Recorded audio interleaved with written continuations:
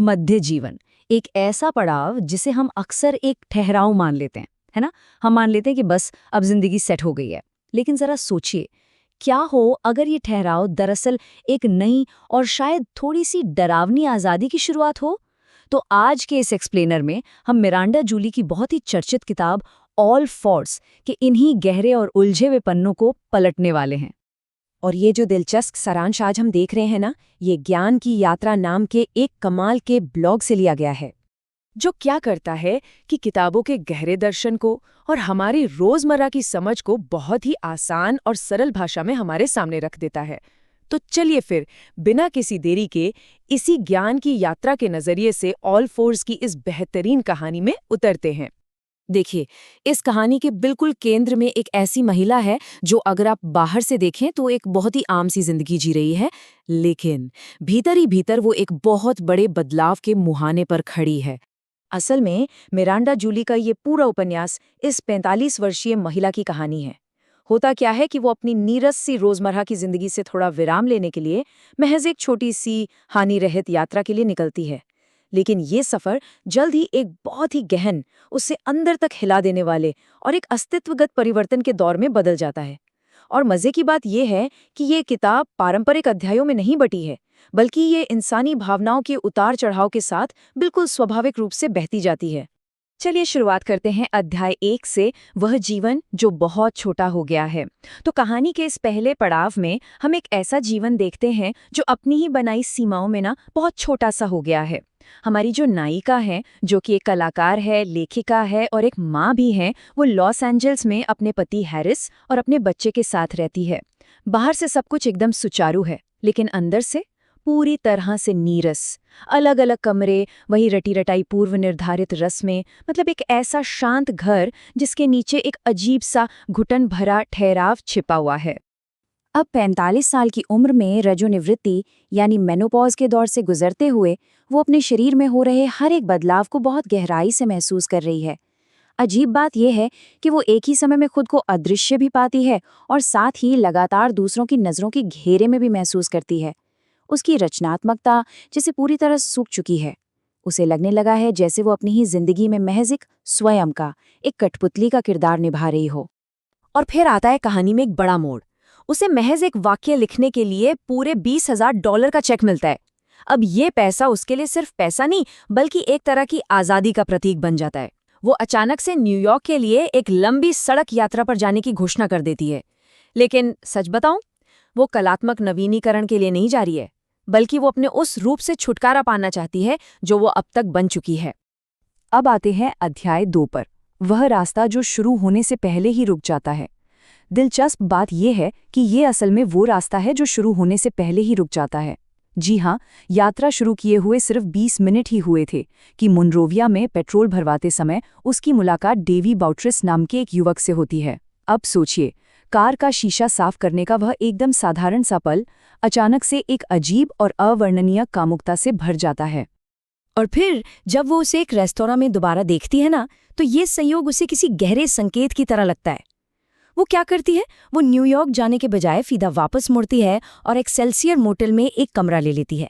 अपने परिवार से ये पूरी बात छिपाकर वो अब किसी बाहरी मंजिल की नहीं, बल्कि अपने भीतर की यात्रा शुरू करती है, अपने मध्य जीवन की उन अनकही इच्छाओं के क्षेत्र में जिन्हें उसने अब तक दबा रखा था। सच कहूं तो ये वो पहला क्षण है जब वो एक पत्नी या माँ की भूमिकाओं के बजाय सिर्फ और सिर्फ खुद को चुनती है। फिर आता है अध्याय 3, एक सीमांत, कामुक और भ्रामक स्थान के रूप में मोटल। वो मोटल उसके लिए एक सुरक्षित आश्रय या यूं कहें कि एक प्रयोगशाला सा बन जाता है। उस कमरे में वो अब न तो पत्नी है और न ही माँ, बस दोहरी पहचान के बीच फंसी एक आज़ाद आत्मा है। मोटल के छोटे छोटे कामों में उसके दिन बीतने लगते हैं और डेवी के साथ उसका संबंध और गहरा होने लगता है। और ध्यान रहे, ये कोई साधारण प्रेम प्रसंग नहीं है। ये एक ऐसा बंधन है जो उसके आत्मसम्मान, उसकी नींव तक को हिला देता है। डेवी उसके लिए सिर्फ युवावस्था का प्रतीक नहीं है, बल्कि वो उन असीमित संभावनाओं का प्रतीक है जो उसने खो दी थी। यहाँ आकर ना उसकी जिंदगी की हर चीज सवालों के घेरे में आ जाती है। उसकी शादी, उसकी कामुकता, उसकी रचनात्मक पहचान, उसका वो ढलता हुआ शरीर और आज़ादी की वो गहरी प्यास। किताब का ये हिस्सा महज यौन इच्छाओं के बारे में बात नहीं करता है, बल्कि ये अपने पूरे अस्तित्व को फिर से गढ़ने के बारे में है। अध्याय 4 है, एक ऐसे जीवन में वापसी जो अब अनुकूल नहीं है। अंततः उसे वापस लौटना ही पड़ता है, एक ऐसे जीवन में जो सच कहूं तो अब उसके लिए बहुत छोटा पड़ चुका है। अपना ही घर अब उसे एक नाटक के मंच जैसा लगने लगता है। उसका पति हैरिस भी उनके बीच आ चुकी इस अजीब सी दूरी को महसूस करने लगता है। वो पूरी कोशिश करती है अपनी पुरानी भूमिकाओं में लौटने की, लेकिन मुटेल की वो आज़ादी, वो उसे किसी प्रेत की तरह लगातार सताती रहती है। इसके बाद आता है अध्याय 5, दूसरा पलायन, इच्छाओं में और भी गहराई तक उतरना। जब घर में घुटन बहुत ज्यादा बढ़ जाती है तो होता है उसका दूसरा पलायन। वो एक बार फिर मोन्रोविया लौटती है और इस बार इन इच्छाओं की गहराई कहीं और बढ़ चुकी होती है। यहाँ एक महिला के साथ उसका अनुभव उसकी पहचान में एक बिल्कुल नया आयाम जोड़ देता है। ये सिर्फ यौन तरलता नहीं है, ये दरअसल स्वयं की सीमाओं का चरम परीक्षण है।